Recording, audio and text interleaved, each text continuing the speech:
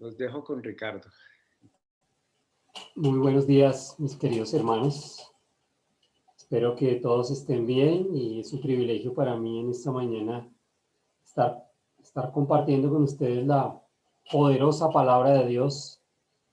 No le quepa la menor duda que hoy Dios tiene algo que decirle.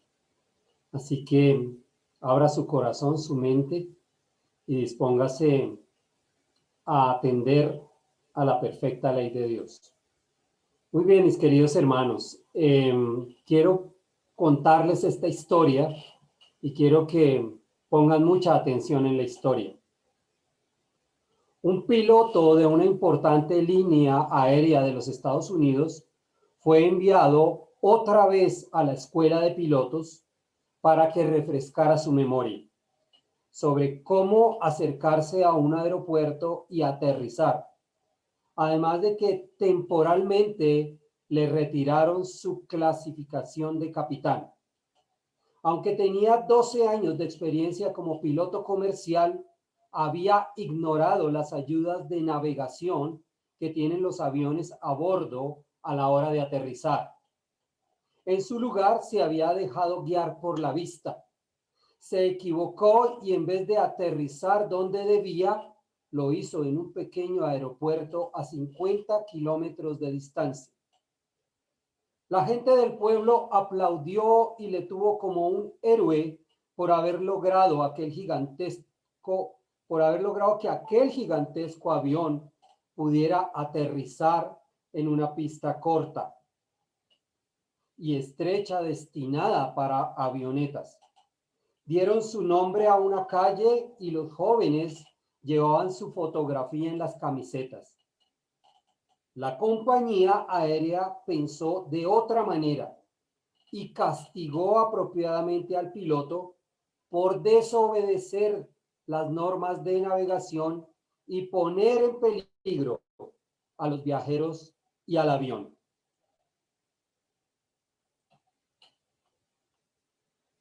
Los 300 habitantes del pueblo firmaron y enviaron una petición de perdón alegando que un error lo tiene cualquiera. La compañía aérea no tuvo en cuenta esta solicitud. Mis queridos, Dios ha establecido en su palabra las normas de navegación apropiadas para que podamos caminar con seguridad y felicidad por la tierra. Hay momentos en que deseamos navegar por vista y no por la fe puesta en el código de navegación que Dios nos ha dejado. Las consecuencias son que aterrizamos donde no debemos y ponemos en peligro la vida de los demás. Tenemos que volver a la escuela de la Biblia para aprender de nuevo la lección de la obediencia a las instrucciones divinas. Estamos hace varios domingos. Quiero que tenga usted claro esta ilustración que acabé de darles acerca de las normas de navegación de un piloto. Y hemos venido hablando de Primera de Juan. Hemos estado hablando de esta epístola maravillosa escrita por el gran apóstol Juan, quien también fue autor del Evangelio de Juan y del Apocalipsis y de Segunda y Tercera de Juan. He puesto el tema general, a esta carta de Primera de Juan, Crónicas de un testigo ocular. Y son crónicas de un testigo ocular porque Juan, el autor, vio a Jesús, caminó con Jesús, habló con Jesús, comió con Jesús, olió a Jesús, tocó a Jesús. Así que es interesante escuchar de voz de un testigo lo que acontece. Sabemos que Primera de Juan fue escrita por Juan el apóstol debido a que en una iglesia de Asia Menor estaban teniendo problemas con la comunión. habían perdido el gozo y además esta iglesia había abrazado una doctrina errónea. Quiero contarles un poquito del contexto. Hablemos del contexto de esta carta. Estos hermanos del primer siglo habían abrazado la doctrina del gnosticismo, una doctrina satánica, peligrosa. Es un tentáculo de la nueva era y es peligrosa porque minimiza el pecado, porque minimiza la deidad de Jesucristo, la divinidad de Cristo. Y a los oídos del apóstol Juan, quien probablemente era su padre espiritual, él se entera que estos hermanos estaban creyendo estas cosas. Ellos estaban creyendo que el pecado no tiene ninguna injerencia, ningún impacto en el cuerpo, que todo es espiritual y que lo que yo haga con mi cuerpo no tiene trascendencia. Entonces, Juan escribe esta carta para reorientarlos y quizás reevangelizarlos, porque estaban confundidos. Alguien les metió esa doctrina y la consecuencia fue que su amor había disminuido, su gozo había disminuido y por tanto había divisiones entre ellos. He titulado la charla de esta mañana Porque le amo, le obedezco. Porque le amo, le obedezco. Piense en eso. Y piense en el piloto que decidió aterrizar un avión por vista e ignoró las normas de navegación. Y nosotros tenemos unas normas de navegación bastante claras dadas por el Señor. Quiero invitarles a que vayamos a Primera de Juan, capítulo 2, verso 3 al 6. Aunque usted lo va a ver en su pantalla, si lo tiene en su Biblia, mucho mejor, porque se ejercita en la lectura de la palabra. Es así, mis hermanos, que vamos a leer lo que dice la Escritura en esta mañana. Dice el apóstol Juan: podemos estar seguros de que conocemos a Dios si obedecemos sus mandamientos. Si alguien afirma, yo conozco a Dios, pero no obedece los mandamientos de Dios, es un mentiroso y no vive en la verdad. Pero los que obedecen la palabra de Dios demuestran verdaderamente cuánto lo aman. Así es como sabemos que vivimos en Él. Los que dicen que viven en Dios deben vivir como Jesús vivió. Tremendo pasaje, queridos. Tremendo desafío que nos presenta el gran apóstol Juan acá con estos versos muy tremendos. Y vamos a destacar tres principios. Sobre tres principios vamos a hablar en esta charla. Tres puntos importantes que vamos a tocar. El principio del conocimiento, según el versículo 4. El principio del amor, según el versículo 5. Y el principio del testimonio, según el verso 6. Y quiero invitarlos a que vayamos a nuestro primer principio, el principio del conocimiento. El principio del conocimiento dice, según el verso 4, si alguien afirma, yo conozco a Dios, pero no obedece los mandamientos de Dios, es un mentiroso y no vive en la verdad. Aquí vemos una cuarta declaración peligrosa que estos hermanos decían. Recuerden que ellos en el capítulo 1, cuando lo estudiamos, ellos habían declarado que tenían comunión con Dios, pero no era cierto. No tenían comunión con Dios porque practicaban el pecado deliberadamente. La segunda cosa que ellos habían declarado era que no tenían pecado. Ellos decían, no tenemos pecado. Y la tercera cosa que ellos decían es que el pecado no existe, que no había pecado. Entonces era una contradicción decir que tengo comunión con Dios, pero rechazo la realidad del pecado. Y aquí vemos a la cuarta declaración peligrosa de estos hermanos. Afirman que conocen a Dios.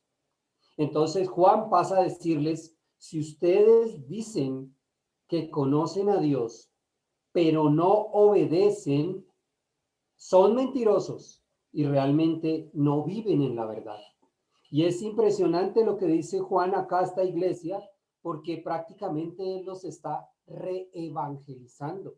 Está volviendo a las cosas básicas del evangelio, porque están negando cosas básicas, pero se llamaban iglesia cristiana. ¿Cuántas iglesias cristianas seguramente puede haber hoy que estén negando cosas básicas? Mis queridos, la palabra clave de este versículo es la palabra conocimiento, porque dice, si alguno afirma que conoce a Dios. Esa palabra conocimiento en griego es ginosko, que significa conozco correctamente, o conozco para saber, o conozco especialmente, o conozco a través de la experiencia. La palabra conocimiento es algo que tiene profundidad e intimidad. ¿Recuerdan cuando el ángel se le apareció a María, la Virgen, y le dio la gran noticia que ella sería la madre del Mesías, que ella sería la mamá del Salvador, que el Espíritu Santo vendría y la cubriría y que el Hijo de Dios estaría en su vientre? Y María le hace una pregunta impresionante al ángel. Le dice, ¿cómo será esto si yo no conozco hombre? Si yo no conozco hombre. Quiere decir que la palabra conocimiento está ligado con la intimidad, y en este caso con la intimidad sexual. O sea, cuando alguien dice que conoce a Dios, quiere decir que tiene un conocimiento íntimo y profundo, que hay una relación estrecha, especial, de amistad, de cercanía y de confianza. Pero estos hermanos decían, yo conozco a Dios, pero Juan podía detectar que era solamente algo de labios para afuera, porque ciertamente no eran obedientes. Así que lo que confirmaba el conocimiento era la obediencia. Así como hablábamos del piloto, que aunque el piloto de nuestra ilustración hizo una hazaña y fue aplaudido, los jefes de él dijeron, no, señor, usted se equivocó porque desobedeció las normas de navegación y puso en riesgo el avión y las vidas de los pasajeros.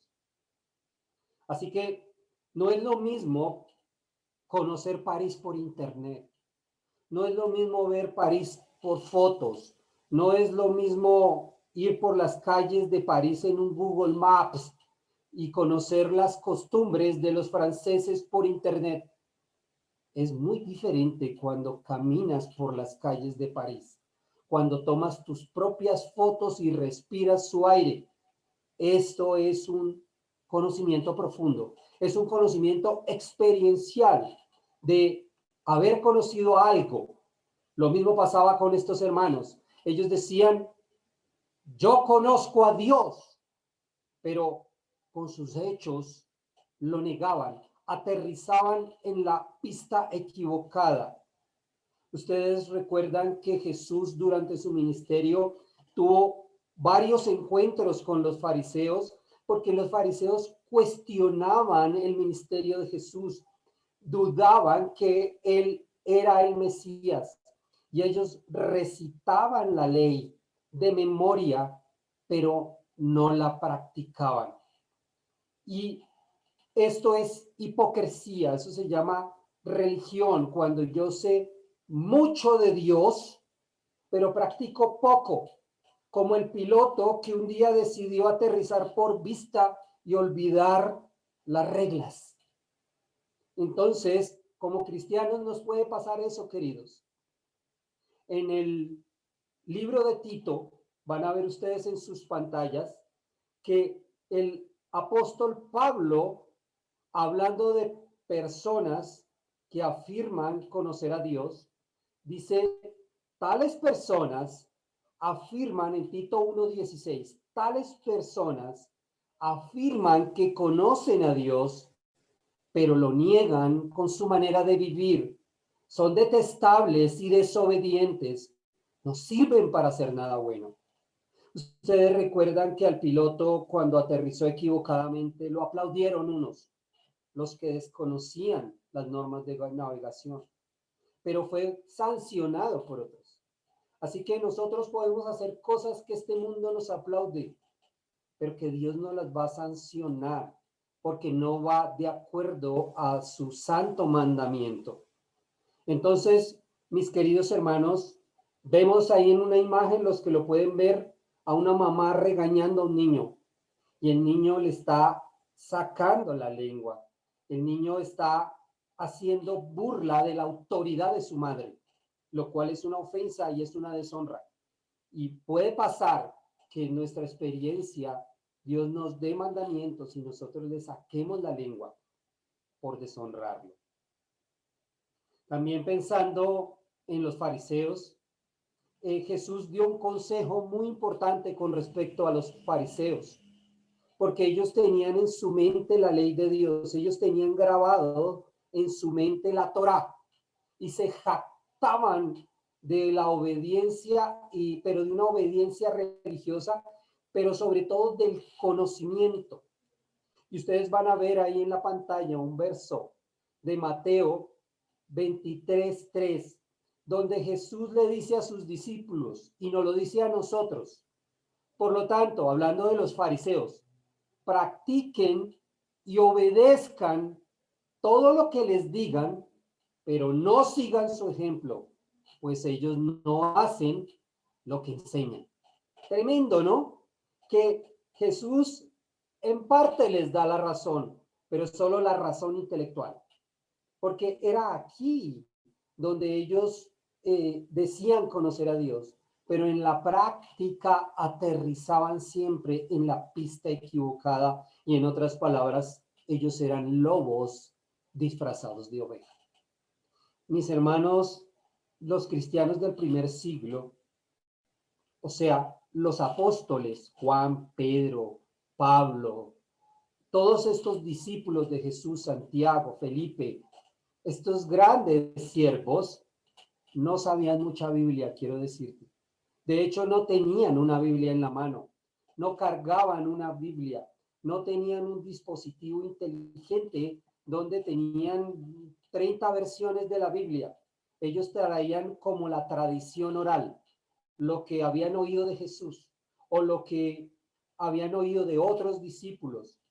Y lo que habían oído de Jesús era suficiente para que ellos pudieran obedecer.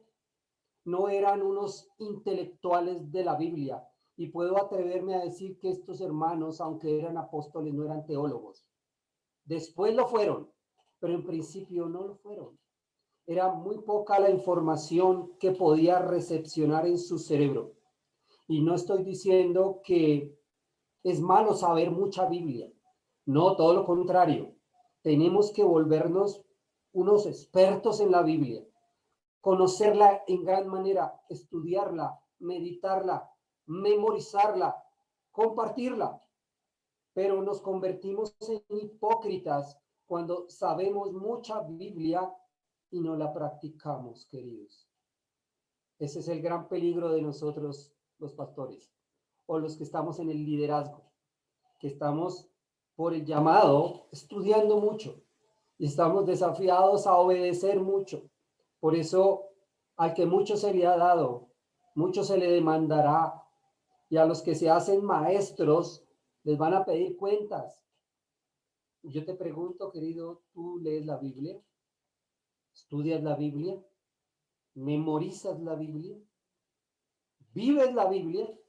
Porque es a través de las escrituras que conocemos a Dios, pero ese conocimiento tiene que aterrizar en la pista correcta. Esa gran revelación que Dios nos da tiene que convertirse en acciones.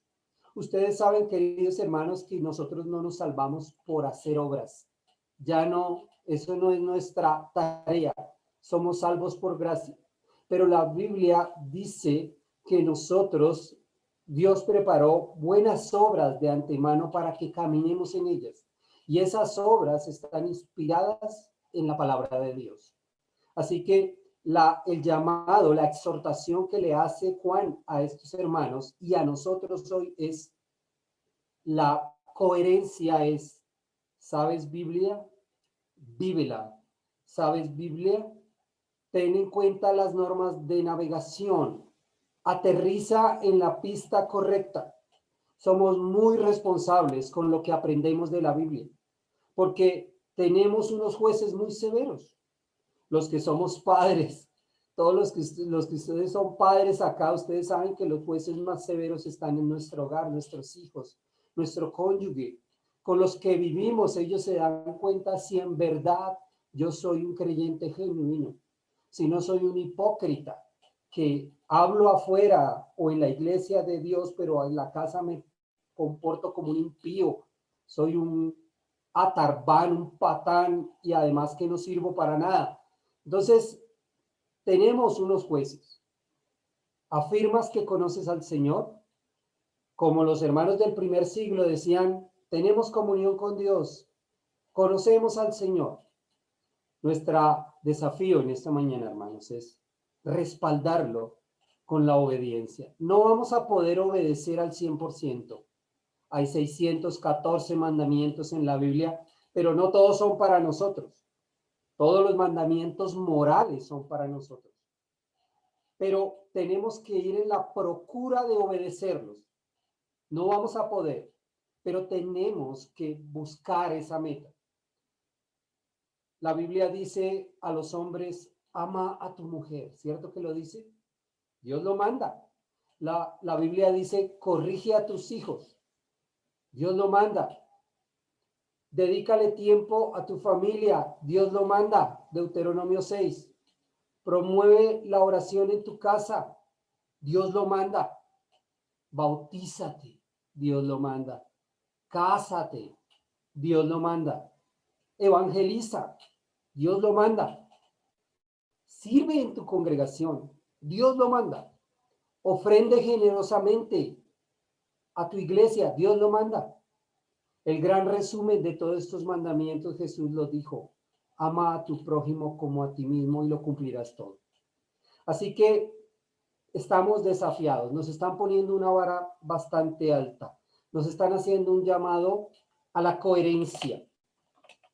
Vamos al segundo principio. Ya vimos el principio, el primer principio, que es el principio del conocimiento, y ahora vamos a ver el principio del amor. El principio del amor está basado en el versículo 5, dice, pero los que obedecen la palabra de Dios demuestran verdaderamente cuánto lo aman. Así es como sabemos que vivimos en él. Así que, mis hermanos, en consecuencia, esto que estamos diciendo es como poniéndoles ingredientes a la obediencia. El primer ingrediente de la obediencia fue el conocimiento. Fue el conocimiento. El segundo ingrediente es el amor. Y aquí el apóstol me recuerda que mi conocimiento debe ir acompañado de obediencia y adicionarle amor. Obediencia sin amor es religión. Fariseo, como Jesús decía, obediencia sin amor es religión. El principio es que le obedezco porque le amo. Es la razón principal de la obediencia. Ya no obedecemos para salvarnos porque sabemos que la salvación es por gracia. Le obedezco porque le amo, porque estoy profundamente agradecido por lo que él hizo por mí, y entonces yo en consecuencia, en retribución, aunque nunca le voy a poder pagar, le obedezco. Le muestro mi amor obedeciéndole, porque de esa manera lo honro y lo glorifico. Es mi acción de gracias para salvar, por salvarme. ¿Cómo sabes tú, querido hermano? Quiero preguntarte hoy. ¿Cómo sabes tú que tus hijos te aman? porque te dicen que te aman. No, queridos. Si tú hasta el día de hoy crees que tus hijos te aman porque te dicen que te aman, estás profundamente equivocado. Tú sabes que tus hijos te aman cuando te obedecen. Eso es el mismo principio bíblico. El mismo principio bíblico, porque en la Biblia dice, el que tiene mis mandamientos y los guarda, ese es el que me ama. Y si lo transpolamos al hogar, uno le dice a los hijos, el que tiene mis reglas y las obedece, ese es el que me ama. Ahora, si tus hijos no te obedecen, probablemente las reglas no han sido claras. Probablemente han sido distorsionadas o nunca han sido dadas. Y por eso no hay respeto ni honra. Y tus hijos te voltean el rostro, te miran mal, te fruncen el ceño, te dan la espalda. Y eso es deshonra, porque no has dado las instrucciones claras. Ah, pero nuestro Padre Celestial no se ha equivocado en eso. Las instrucciones son claras, muy claras, y debemos obedecerlas con amor para mostrarle cuánto le honramos, cuán agradecido estamos. Cómo amó Abraham a Dios. Fue en acción llevando a su hijo a un monte a sacrificarlo. Al punto que Dios lo detuvo y le dijo, detente porque ya sé que temes a Dios. ¿Cómo amó Moisés a Dios? Yendo solo a enfrentarse a un rey muy poderoso llamado Faraón. Y le obedeció por amor, por sacar un pueblo. ¿Cómo amó Jeremías a Dios? Predicándole a un pueblo todos los días de su vida acerca del arrepentimiento. Obedeció a Dios a pesar del rechazo. ¿Cómo amó Pablo a Dios? Pues hasta la muerte. ¿Cómo amó Jesús al Padre hasta la muerte? Por amor, obedeciendo, le puso el ingrediente del amor. Mi querido hermano, debemos obedecer a Dios por y con amor. Y quiero que pienses en esto. ¿Te conectas a los servicios porque te lo están recordando todo el tiempo o porque realmente lo anhelas? ¿Tú das una ofrenda en la iglesia porque te dicen que hay que hacerlo o porque realmente lo entiendes y lo haces con convicción y devoción? ¿Tienes un ministerio en tu iglesia y lo haces con goce o porque no hay nadie más quien lo haga? Y entonces nos tocó hacerlo para ayudarle a Ricardo y no dejarlo solo en esta vuelta. No hay nadie más quien lo haga y me tocó a mí. Entonces, dice la Biblia, todo lo que hagáis, hacedlo como para el Señor y no para los hombres. Ese es el principio del amor. El principio del amor está basado en que yo tuve las reglas claras y aterrizo en la pista correcta. Pasemos a nuestro tercer y último punto, mis hermanos. Vamos al principio del testimonio. El principio del testimonio, esto va como en ascenso. Entonces la obediencia debe ir con conocimiento. El conocimiento debe ir bañado con amor, pero ese amor tiene que convertirse en testimonio. Dice el verso 6, los que dicen que viven en Dios deben vivir como Jesús vivió. Wow, ¿no les parece que eso es una vara muy alta? Nadie la ha podido cumplir, ni el apóstol Pablo, ningún santo hombre de Dios ha podido vivir como Jesús vivió. Pero el apóstol no está diciendo que seamos unas copias, sino que procuremos vivir como Jesús vivió. Este es el último ingrediente. Aquí se trata ya de mi vida, se trata de mi testimonio, se trata de mi fachada, digámoslo así, lo que ven por fuera. Quiero decirles, queridos hermanos, que hay algunas personas que saben que tú eres cristiano. Ellos no quieren que tú les leas la Biblia. Ellos no quieren que tú les compartas versículos. Ellos no quieren que tú le compartas canciones. ni que les digas que vas a una iglesia, ni que les cuentes testimonios de nada. Ellos no quieren saber nada. Van a intentar por todos los medios evadirte, pero hay algo que ellos no van a poder evadir y es tu testimonio. Y ese testimonio va a ser la única Biblia que algunos impíos van a poder leer, porque somos cartas abiertas y leídas por todos los hombres. Nuestra vida es como un versículo, es como una lectura que la persona que nos vea, lea, detecte, perciba, se dé cuenta que yo soy de Cristo, que no soy perfecto, que estoy lleno de errores, lleno de defectos, pero que amo a Dios a pesar de todo y que ando en su búsqueda de agradarlo, de conocerlo, de obedecerlo, de servirlo, que Él es el amor de mi vida, que Él es mi primer amor, que Él es el centro de mi vida. Esta es una meta bastante alta, vivir como Jesús. Pero no podemos esperar menos. Juan no podría decir en este verso, vivan como vivió Pablo. No, es que no, la meta no es Pablo, ni Pedro, ni el pastor de la iglesia, ni los líderes de la iglesia, queridos. La meta es Cristo. Es por eso que cuando una persona pone sus ojos en Cristo y en la iglesia hay fallas, esa persona no va a desviarse. Pero cuando una persona pone sus ojos en los hombres, obvio que va a salir defraudado, porque en algún momento fallaremos, pero Cristo jamás te fallará.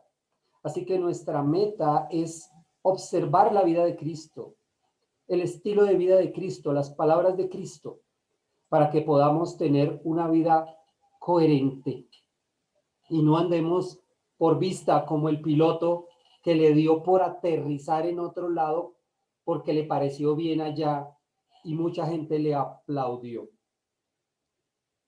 Quiero hacerte las siguientes preguntas para terminar. ¿Eres obediente porque tienes miedo a la ira y el juicio de Dios? ¿Sientes que Él te va a romper una pierna o que te va a quemar la casa si no lo obedeces? ¿Sientes que el cristianismo solo es un conjunto de reglas que se tienen que obedecer y que nuestra satisfacción viene por cumplir todas esas reglas?